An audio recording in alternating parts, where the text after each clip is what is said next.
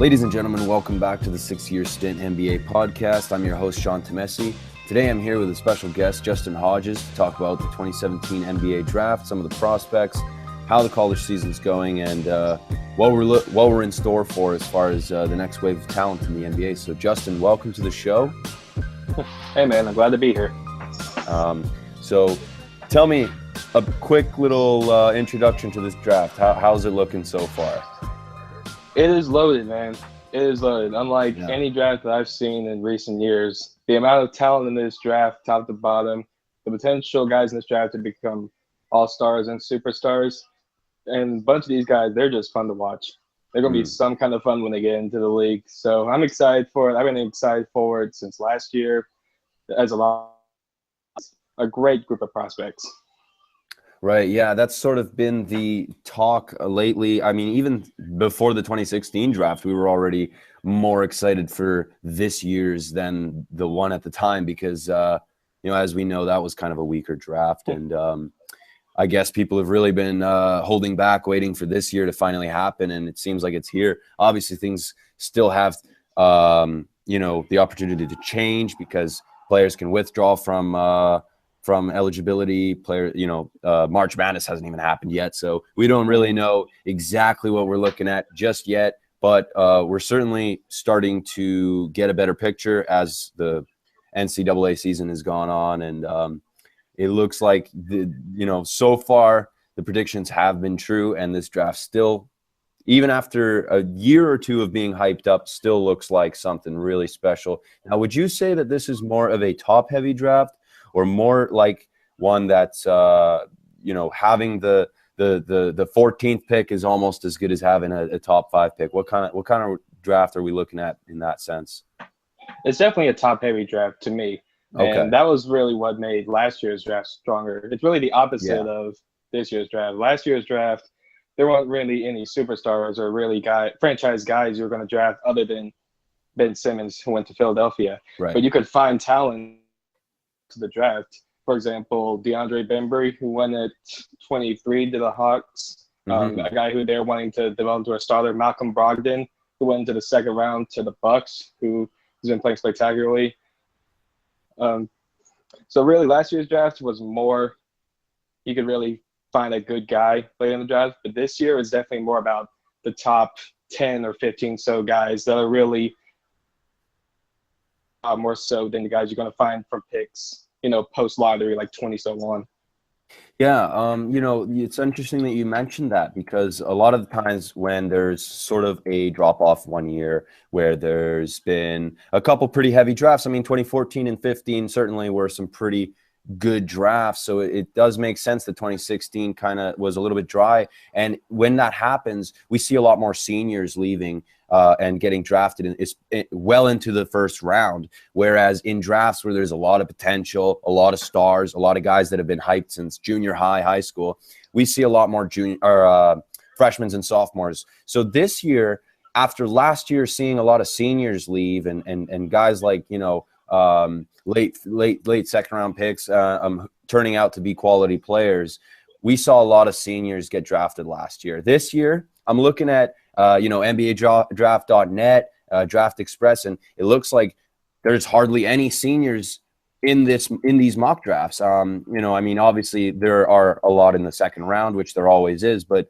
I'm seeing way more sophomores, juniors, and even freshmen, even when we get into the early second round here. So, what do you think about that? Definitely, I would agree with you. Even in my big boards that I've been doing, mainly, mass majority of the lottery and mass majority of the first round in totals are mainly freshmen. You have a couple sophomores here and there, and one or two juniors. But seniors, it's nowhere near as good as it was last year when you had Buddy Hield and Denzel Valentine, some really and nice Malcolm Brogdon and all those guys.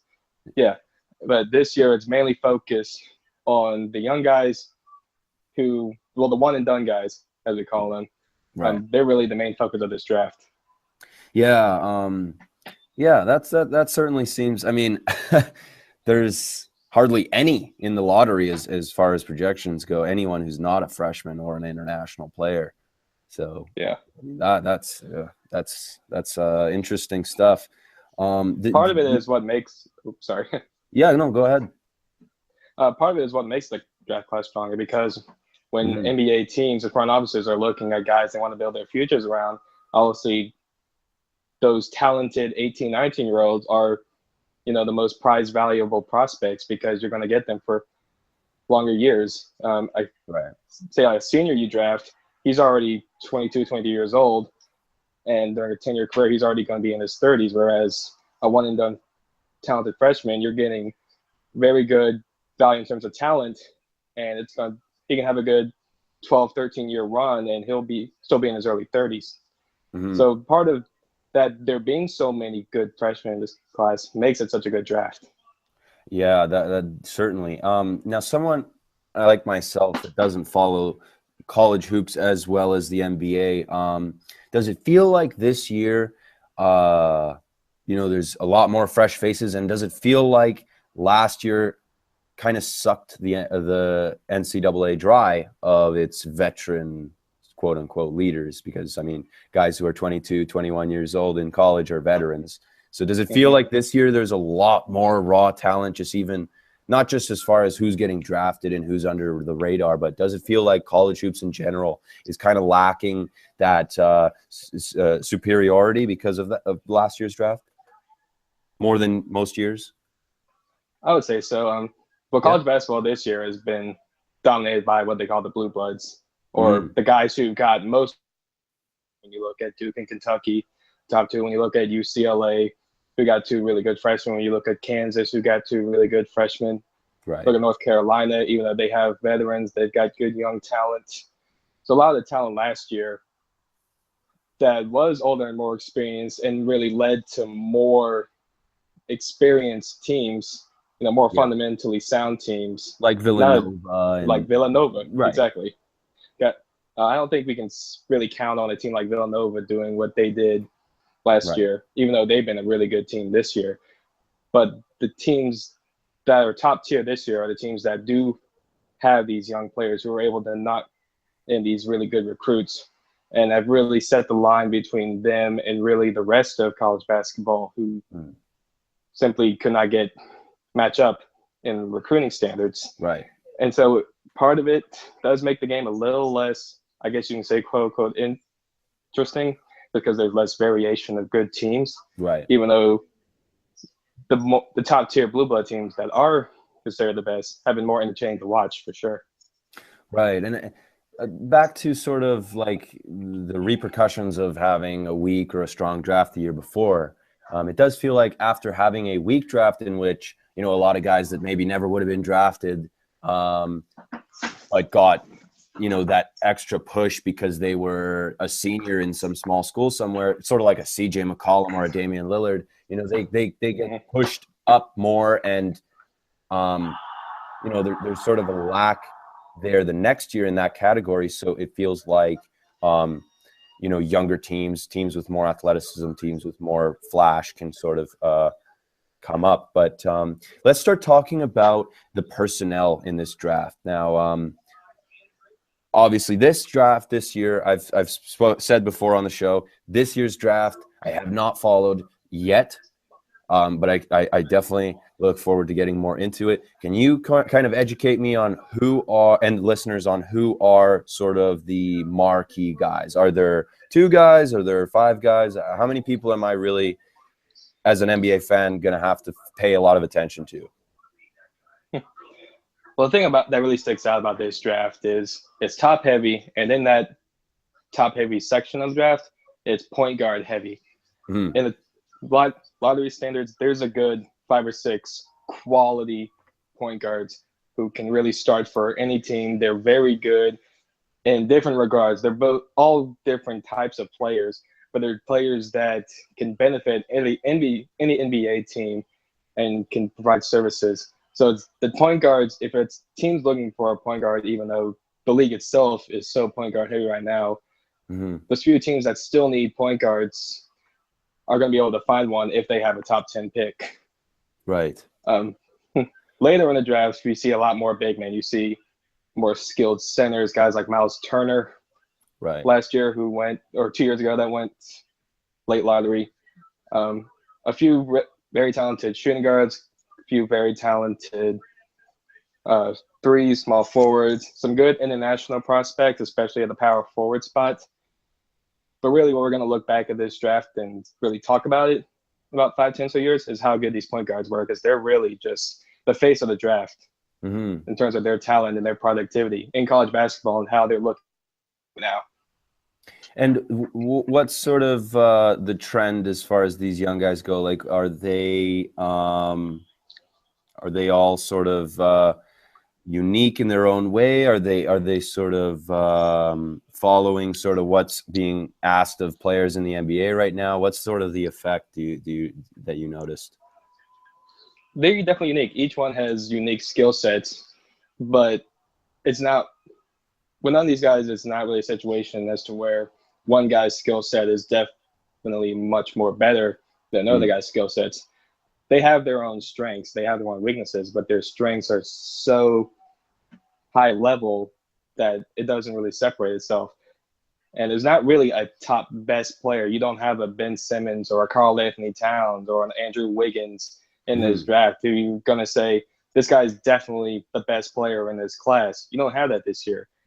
But you have a good 5, 6, maybe 7 players who, if they were in those same drafts with Karl Towns or Ben Simmons or Andrew Wiggins, that they could have potentially competed to be the top overall pick. That's how good some of these guys are.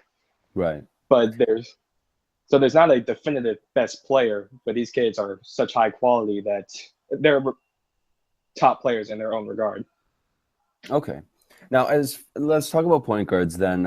It looks like, as far as most draft boards go, looks like the top guys are De'Aaron Fox, Frank Ntilikina from France, if I'm saying that correctly, and Dennis Smith and Markelle Fultz and Lonzo Ball. And that's a lot of players. But do you feel like I'm missing someone? Are those the guys? You nailed it on the head. In terms of the point guard spot, those are the top guys, and those are the guys that really NBA teams are going to be drilling around if they do need a point guard. And they fit exactly what I was saying. They both are so good in different aspects. They don't play – really none of these guys play the same games. They all have different player strengths and player traits that make them such good players. But, yeah, those 5 guys, Dennis Smith, Lonzo Ball, De'Aaron Fox, Frank Ntilikina is how I pronounce his name. Okay, let's go with that. And Markelle Fultz. Those are the guys in this draft.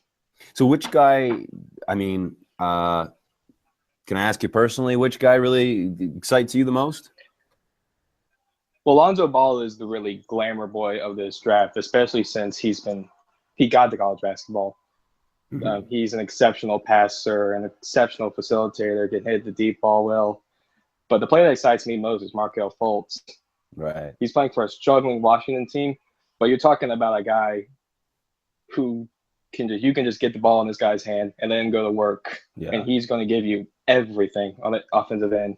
An exceptional pull-up jump shooter, exceptional facilitator, passer, goes to the rim, finishes around the rim about as good as anybody as I've seen as a college prospect in terms of acrobatic finishes, effectiveness around the rim. I mean, he's athletic. He finishes above the rim, and he's just a dominating scorer. When you think of guys in the past, like say a Brandon Roy, right, for Portland before he retired, guys you just get the ball to and then go to work, and that's really your best option. That's the kind of guy Markelle Fultz is. And watching him, it's just exciting to see what he can do. Yeah, to the NBA in terms of being versatile and being able to score at all 3 levels of the court.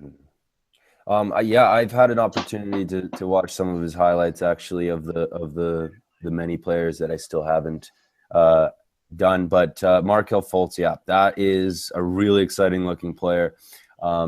It's interesting, when you talk about players that really know how to score in college at the point guard or shooting guard position, and a lot of getting to the paint, a lot of, being able to blow past guys. And that really excites us because we see, advanced moves. We see guys being able to do things and, make others on the court look inferior. And it's just with point guards and shooting guards, guys under 6'4", who do that and get to the rim at ease. It's really hit or miss when it comes to translating that to the pros. And Mm-hmm. I think that's probably the thing that's hardest to predict is what is a point guard like that going to end up doing in the league. Because, you know, in recent years, we look at guys like Marcus Smart, Damian Lillard, Shabazz Muhammad, very, very good at getting to the rim in college, scoring in a heap of ways. But I mean, even Damian Lillard, who we associate with, you know, high skill level at 3-point shooting and clutch shots, he was relying way more on his, you know, dribbling skills and getting to the basket on a drive in his college days. And we've seen him turn into a star, but we've seen guys like Marcus Smart, who was a 6th overall pick in a very good draft, certainly not have a disappointing career, but have a career where he's sort of a scrappy guard, almost more of a shooting guard now, even though he's 6'4" than a point guard. And I mean, we see it with other players too, who just kind of have a very unpredictable career. I find that it's the hardest thing to really map out what's this guy's career going to be about. Whereas, you know, if a guy is a good shooter, if a guy is a good defender, we kind of know what's up. We know what to expect. So that's really interesting that, you know, Markelle Fultz is up there. I hope that he's one of the better stories. What do you think he's going to look like translating to the pros? Well, the first question with Fultz is whether the team that drafts him is going to use him as a point guard or a 2 guard. It's looking like teams want to use him as a point guard right now. Mm-hmm. And if he does end up playing the point guard spot, the main question is, will he learn how to properly run an NBA offense? Right. And I feel like that's the one area that he has struggled with so far in college is running. You can be flashy. You can shoot the ball. You can get to the rim. You can make flashy passes. But if you don't know how to properly run an offense, to be able to pick your spots and get your guys open and make the right plays, you're going to struggle as a point guard. And we see guys like Tony Parker is a great example of running an offense. Jeff Teague is a great example of running an offense. Yeah. And look, guys say like D'Angelo Russell, who came out of college as a really flashy scorer, but a flashy passer. He was really raved on about his passing ability. And not to say that he hasn't been good in his 2 years so far, but there's some stretches where he's been a starting point guard and the Lakers offense kind of looks flat. Right. And if you're a point guard, it doesn't matter how good you can pass. You can't allow your offense to be flat. You need your guys to be moving. You need good communication. You need to be able to pick your spots, make the right passes, set your teammates up. Mm-hmm. The offense is doing what it's supposed to do. And a lot of young point guards that come to the league have this problem because it takes time. It's not easy to just plug a guy in and be able to properly run everything like he's supposed to. It takes time to learn an offense, to learn plays, to run sets. And it's just difficult for young guys. Right. I agree especially with you. Especially these guys who are inserted as rookies who start right away. You know, a guy like Emmanuel Mudiay as well, or Marcus Smart, who was relied on to be a starter before Isaiah Thomas got there. Yeah. It's just something that like the young guys struggle with. Some guys just have a knack for it and can do it better than most. Like a Damian Lillard. Damian Lillard, exactly. So for Markelle Fultz and these really a bunch of these other guys, it's going to be the main issue really starting their careers. Right. Yeah, and unfortunately, I think that in recent years, the league is actually become a little too forgiving with young guards not being able to facilitate as well. And I'm not sure if that's, you know, the league just kind of moving on, and that's just one thing that happens where, look, we're not going to need a guy to pound the rock for 20 out of 24 seconds of the shot clock and then just, you know, give an assist to a post player. The ball's got to move a lot more now, and we try to get shots off faster.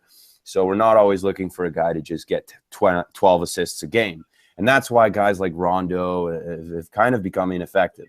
So the league has become, unfortunately, forgiving, a little too forgiving to guys that come out of the college game without much of a knowledge of how to run an offense, because point guards aren't being asked that much anymore on that side of things. They're asked a lot more to cut off ball, you know, and that's totally a result of Steph Curry being, you know, the best player of the world last year or whatever, unanimous MVP. People want to mimic the best.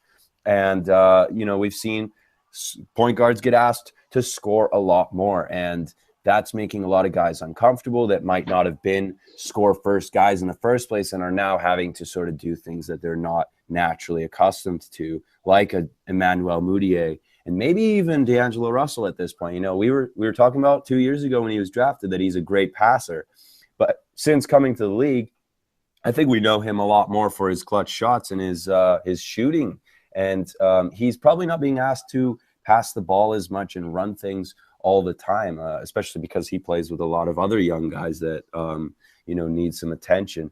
So it feels like even if this is an issue, doesn't look like it's probably going to get resolved going forward, which is unfortunate. So, Lonzo Ball seems to be the opposite, right? Where he's a facilitator by all means.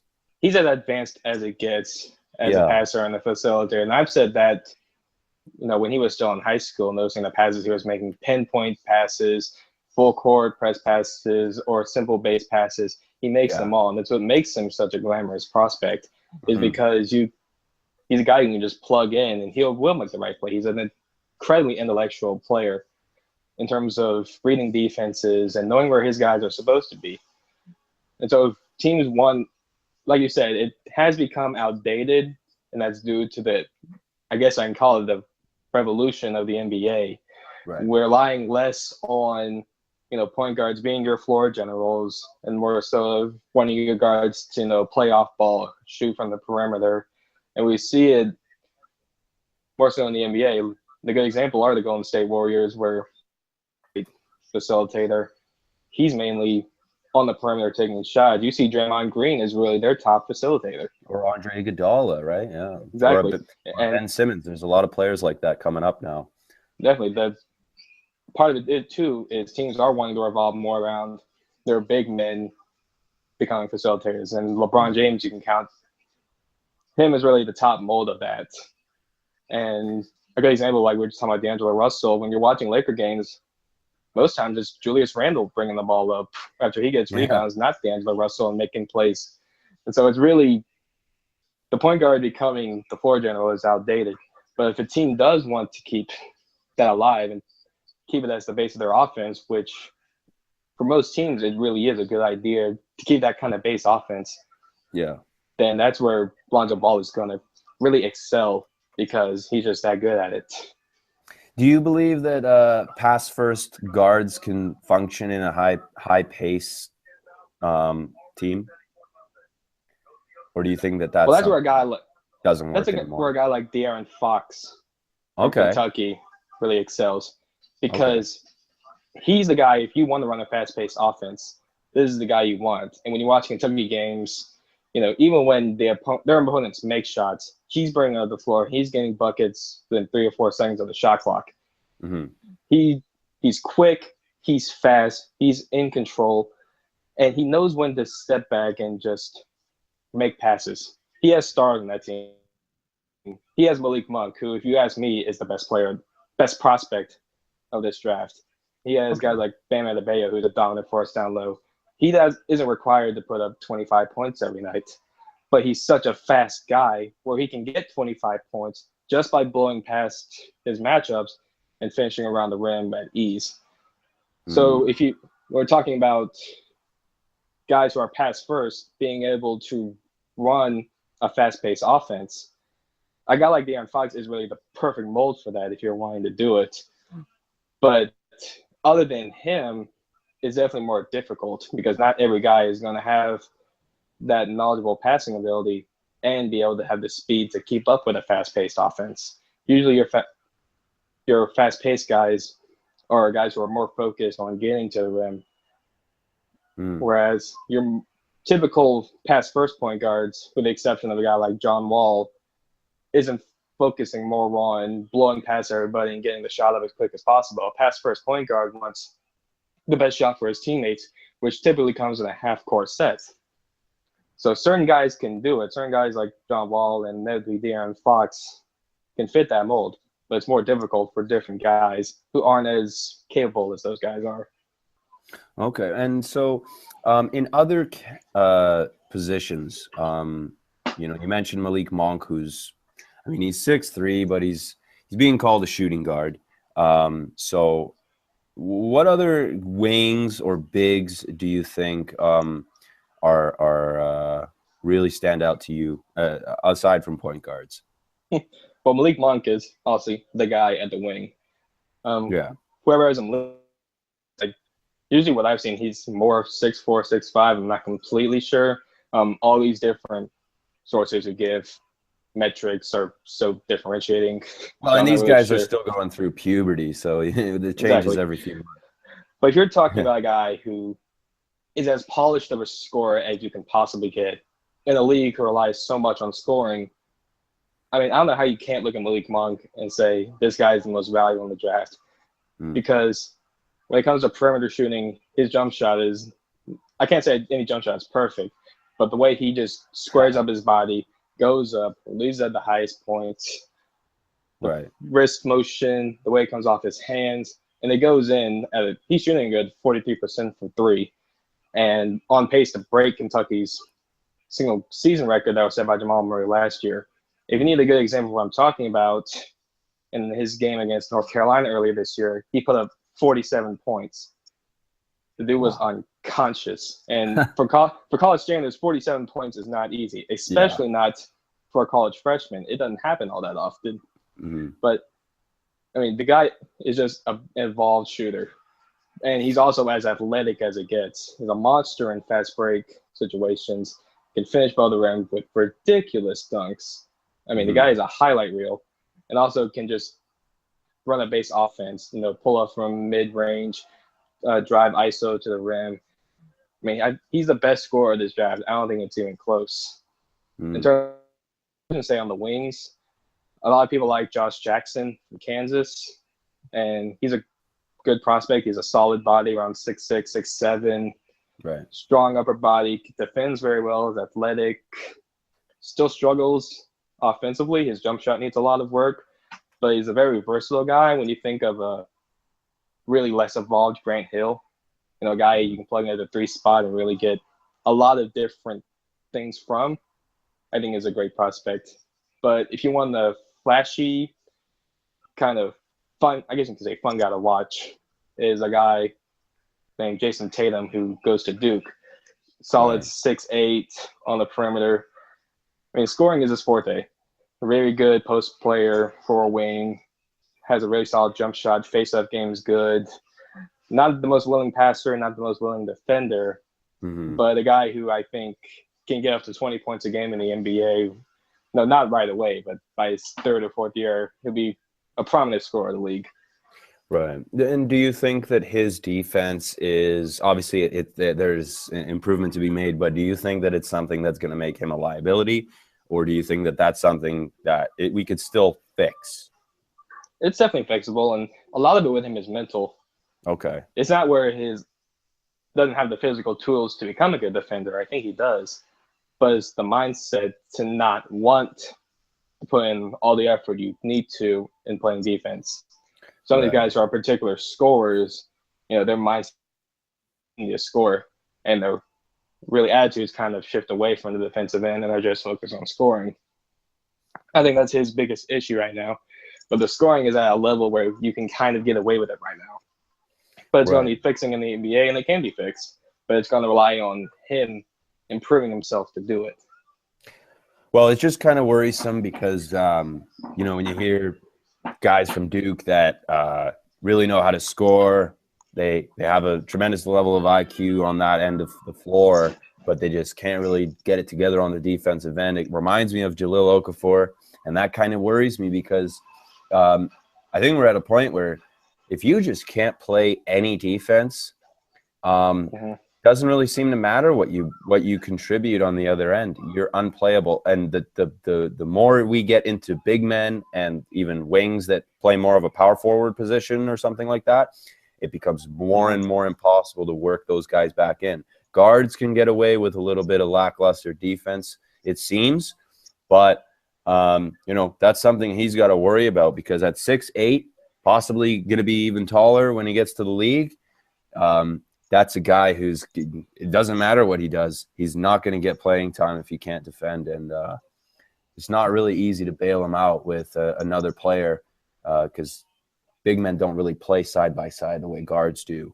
So, I mean, yeah, that sounds like there's a lot to be heard about point guards. And it seems like this draft is really going to bail out a lot of teams at the bottom that really need someone to jumpstart what's going on there. And I'm talking about the Miami Heat, the Dallas Mavericks, you know, possibly the New Orleans Pelicans if they continue to lose some games. You know, what do you think a team like Boston should do with their pick going forward? Do you think Boston needs to hold out? Because it looks like so far the Nets have the worst record in the NBA, and they're probably going to end up with a top 3 pick, top 4 pick. Do you think Boston should keep that pick, or do you think they should be trading it? It's a conundrum with Boston, man. Yeah. I mean, what Danny Ainge was able to do getting all those picks is absolutely incredible. Mm-hmm. But the biggest question is, if Boston does decide to keep that pick and it does end up being the number 1 overall pick, then who are you willing to give up to make a spot for?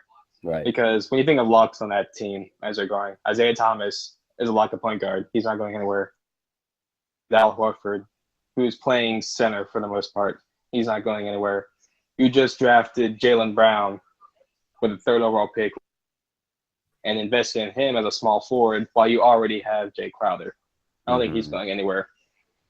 And then you look at the 2 guard spots where there's really strengths in this draft. Are you willing to give up on Avery Bradley and just kind of push him aside to get a guy who can potentially be more value at the 2 guard spots? But if I look at Boston, I think their most glamoring issue is the power forward spot. So if I'm Boston and I decide to keep that pick, and I get the 1st overall pick, a guy I'm looking at is Harry Giles out of Duke, who has been the top big man in this draft really since he came out of high school. He was the top overall recruit for really most of his recruiting process. Right. But a torn ACL in his senior year really pushed him back a little bit. And right now you're seeing him kind of going through growing pains because he had to miss a good 10 or so games for Duke. So he was already a bit behind. And from what I'm hearing, he's having a lot of struggles really keeping up with his team who's already, 10 games ahead of him. Mm-hmm. And part of it is the growing pains of going from high school to college. Part of it is still recovering from that knee injury. But he's a guy who does a lot of good things. He's a good face-up slasher. Reminds me a lot of Chris Webber. Mm-hmm. Big body dude. Hit some mid-range jump shots. Good off-ball player who sets himself up around the rim. So if I'm Boston and I'm keeping that pick, he's definitely a guy I'm looking at because he's the best option. Because right now they're starting either Amir Johnson or Jonas Jerebko or Kelly Olynyk at the power forward spots. And that's really the spot where you can just plug a new guy in there and there's not really going to be repercussions on your team. Whereas you take Avery Bradley out and the team may suffer some setbacks just because he's been the starter there for a good few years now. Mm. But if they don't decide to keep the pick, it's been on the market and they seem to be interested in trading for everybody. I'll put it that way. Right. Obviously, they've been interested in DeMarcus Cousins for a good few years now.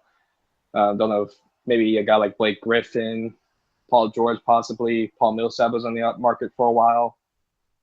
And really, that's the most valuable asset they have in making a potential trade for a quote-unquote superstar because of the player you're going to get if you do get that pick. Well, so I think they should trade the pick. I think they should try to get the best value out of it because their team is so young and loaded as it is. But if they can't get a deal worked out, then you may as well just keep it. Maybe you find a really good player that fits well on your team, but you have to see. Okay. Well, we sort of defer there because I certainly see where you're coming from. I just feel like I'm not sure if that's what Boston's really going to do, and it's there's been a couple steps so far in the last few months that kind of made me feel that way. And it's one, their hesitance to really go for that superstar so far. And I think people say, oh, well, look at Al Horford. They signed him. What do you think about that? Well, that I don't think was ever intended to be a superstar signing. I think and I think most people would agree, Al Horford's not your superstar cornerstone, take me to a championship kind of guy, but he's certainly a piece to that. He could very well be the second best player on a championship level team. But I think that's just Boston setting itself up, getting another piece, not one that they want to trade. I think Al Horford is someone they see in their long-term plans. But I think that's sort of the piece right before the big piece. And a lot of people say, well, they need to look at trading for Jimmy Butler, trading for any big name player that's on the market really gets thrown into Boston trades, whether it's Boogie Cousins or even anybody really out there. But I think what Boston's really going to end up doing here is keeping this pick to themselves and picking up a guy that is just, well, if they end up with the first pick, they'll probably just end up taking whoever's being told by everyone to be the number one pick. That's usually what happens. But if they don't end up with the first pick, I see them taking, talent that's immediately going to make an impact over potential, because I think last year they picked Jaylen Brown in the opposite mentality, and we're not really seeing that pay off, and it's not really making a whole ton of sense for Jaylen Brown in Boston right now.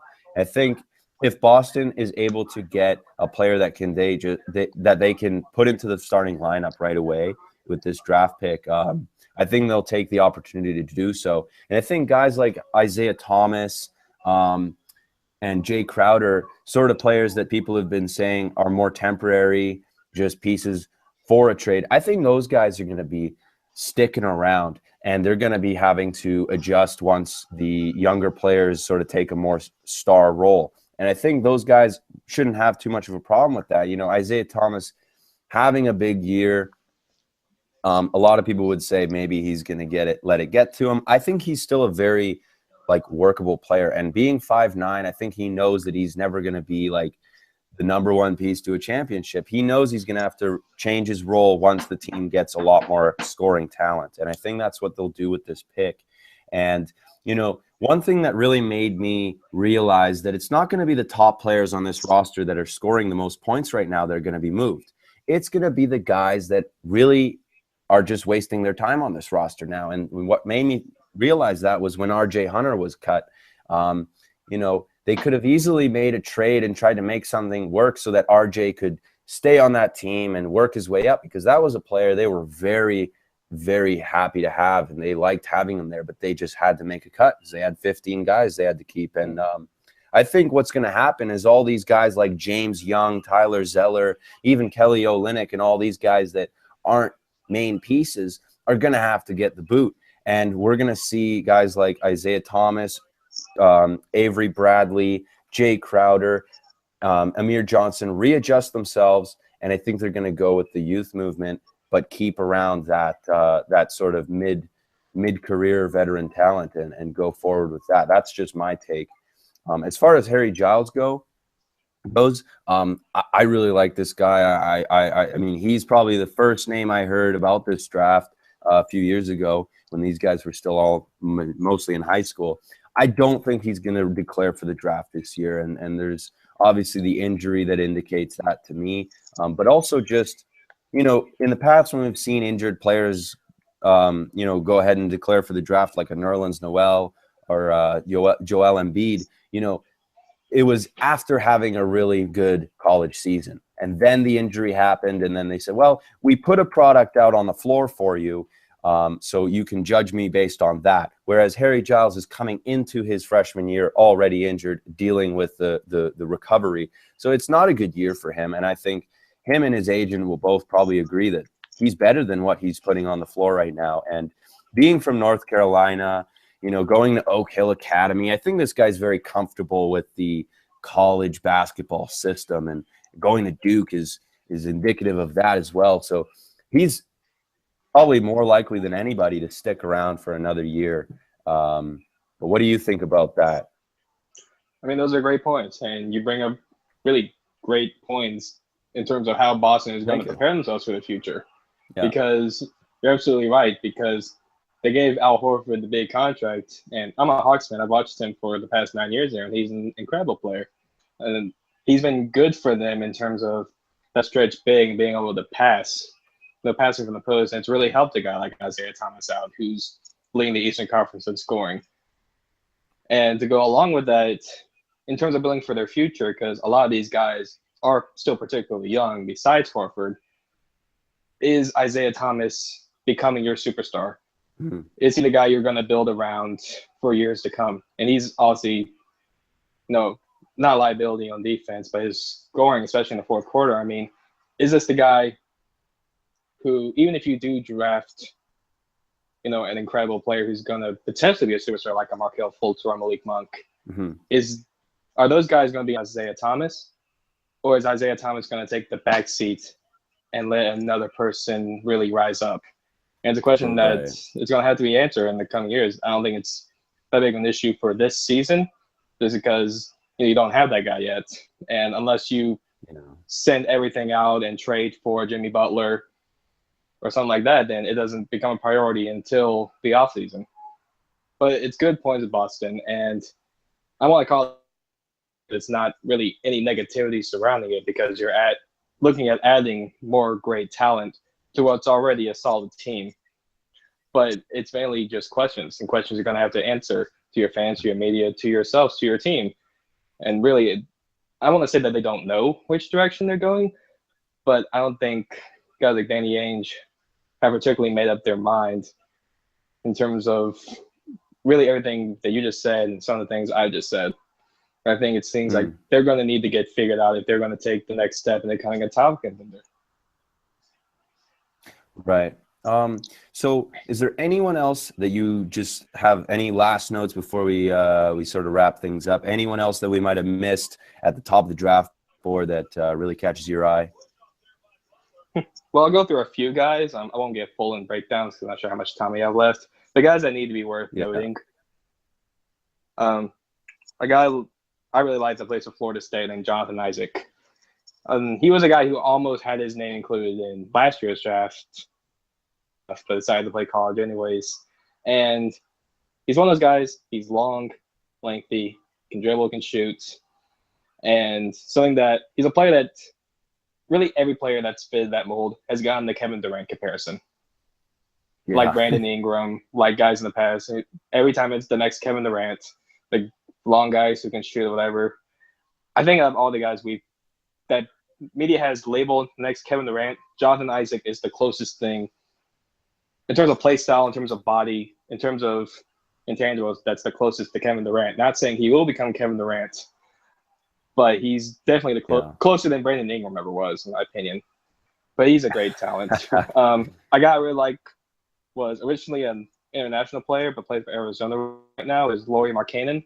He's basically another Kristaps Porzingis, big body, incredible three-point shot. Really does a lot of the same things that Kristaps Porzingis does, and a league really molding towards, needing versatile fours that can play on the perimeter. He fits that mold, so he's going to be a guy that a lot of players are going to be looking at. But then in terms of other big men to join, guys like that, you have Bam Adebayo for Kentucky, who's massive, massive body. And the main label for him has been a Dwight Howard body with an Amari Stoudemire skill set, which is pretty terrifying in terms of he can only get better with that massive size. And there's games where he's put up 20, 25 points literally just because he's bigger than everybody else. And he's a skilled guy, he's a talented guy. But along with that, I've noticed the league has drawn away from that kind of player, relying less on players like Dwight Howard, who were just dominant presence down low, to more of stretch bigs who are going to get you more productivity from the perimeter. So I don't know if a team's going to rely heavily on, I guess, traditional game in terms of what they want in their centers, and then they'll take a bite on him. we'll have to see. But he's a good enough talent to where you're not going to pass up on him if he's there, if you need that position. And then Miles Bridges is a guy who a lot of people like just because of his athleticism. A lot of people think he will declare for the draft. I really don't think to declare just because of his name. He's such a raw talent offensively. And when you look at him play, he's big, he's agile, he's athletic as all get out. But he doesn't really do anything besides, really make highlight dunks, highlight blocks, things that really he can only do because of his athleticism.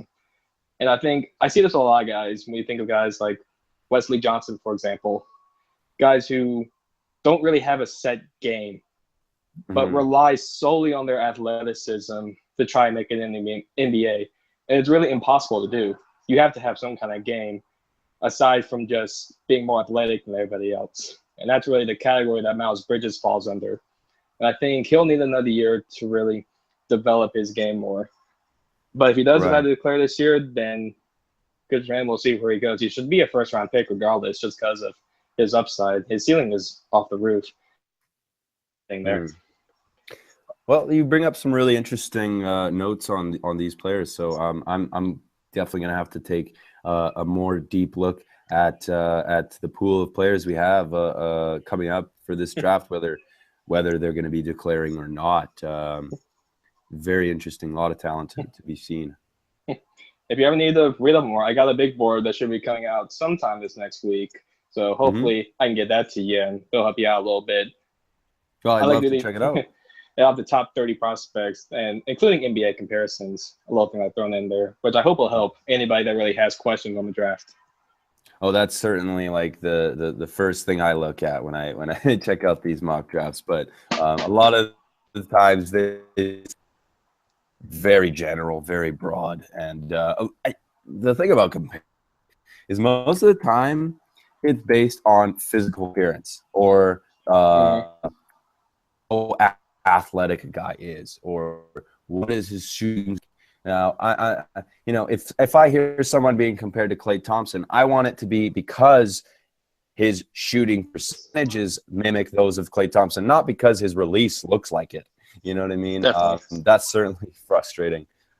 Yeah, I feel that a lot, and it's really what a lot of people like to do. And comparisons also get misinterpreted. Like when I was just talking about Jonathan Isaac, kind of molding after Kevin Durant, and a lot of people when they hear that be like, "Well, this guy's never going to be as good as Kevin Durant." Well, that's not what comparisons are all about. Comparisons are really when we make them. It's who they remind you of, and how their numbers reflect, how their bodies look, how they play. Play style is really the main thing that goes into comparisons. Like you said, if you're comparing a player to Klay Thompson, I'm looking at a guy like, say, Devin Booker, who in college was compared to a lot to Klay Thompson. Not just because they look the same when they're playing, not just because his stroke looks the same. I'm looking for a guy. If you're calling him the next Klay Thompson, I'm looking for a guy who's, just going to straight nail it from the perimeter. Guys who can catch on fire, instantaneously and just stroke it and stroke it and stroke it. And it really goes to any NBA comparison. They take full context and detail. You can't just say, oh, he's going to be as good as another guy. A lot of people did that with Ben Simmons last year, which I hated. I hated those comparisons when people were just like, Ben Simmons coming in, he's the next LeBron James, he's the next Magic Johnson. Like, no, we're not. We can't be doing this. And it didn't hurt him because he still went first overall. But I think it hurt his reputation a little bit because those comparisons were unfair. You can't be when he was and Magic Johnson comparisons out to a guy coming out of high school. You just can't do it. Yeah. And I mean, he did the same things that they did, and in some circumstances, he does the same things that they did. But I mean, you can't throw huge expectations like that with player comparisons.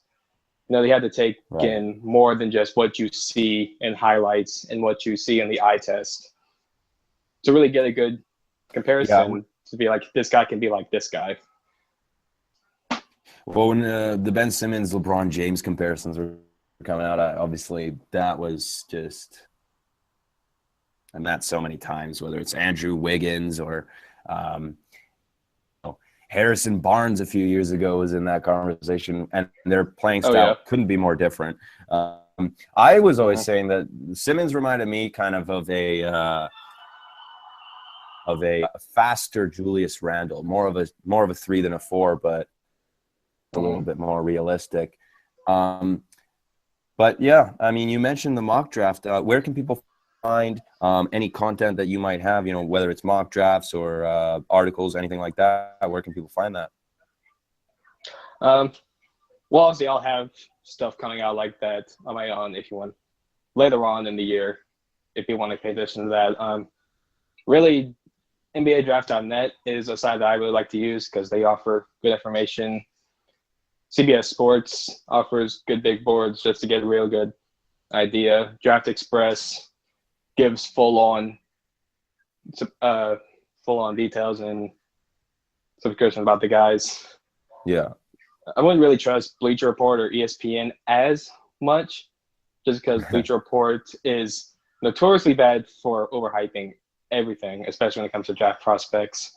And ESPN, not as bad, but really the same kind of, clickbait kind of thing when it comes to prospects. Even though if you do have Insider, they do offer really nice scouting reports and stuff like that from Jeff Borzello and guys like that. But really, we're in an era that you can find really anything about these guys. Even if you just go on Google and type in a prospect's name or type in NBA draft big board or NBA mock draft, you're going to get a good 20, 30 so different links that are going to get you to different details and information. And you can also, the thing that benefits me more than I like to admit that it does is YouTube videos and highlight reels. Being able to go on YouTube and, look up a civic prospect and getting, highlight reels and stuff like that. But there's also full games. People don't know this. Games that are on ESPN and CBS Night, you can type in, say, Kentucky versus North Carolina from December 5th or whenever the game was. They have the full games on YouTube videos where you can go and watch, and really you want to watch a specific prospect and just that prospect and go there and just watch what he does. So that's a thing that me and others like to do. But really, if you have a smartphone, which mass majority of us do, you really can just go online and find really whatever you need to about these guys, and you're going to get some kind of information. Whether you see it as reliable or credible or not is up to you. And look at it. What you said about full games being put on YouTube and stuff like that. I mean, that's something I like to do when I've got other things going on. Maybe I'm or something. I put up my tablet just on the side, mute the volume. That's something that I like to watch when I'm not trying to hear what's the audio of the game, because if it's an NBA game, I care a little bit more about what the announcers have to say. I care more about the story. I care more about what's going on with this team right now. Whereas it's college, it's more just sort of my own personal little scouting. I'm just watching, game footage to see what's going on, and that's always fun for me. I just put it on the side. Whereas with an NBA game, I kind of want to know everything that's going on. So that's certainly something I would also suggest some people do, because it's free and it's on there and you can just watch it in HD anytime. So as far as your Twitter goes, what's your Twitter handle for people if they want to follow you? It is Justin_Hodges22. Pretty simple.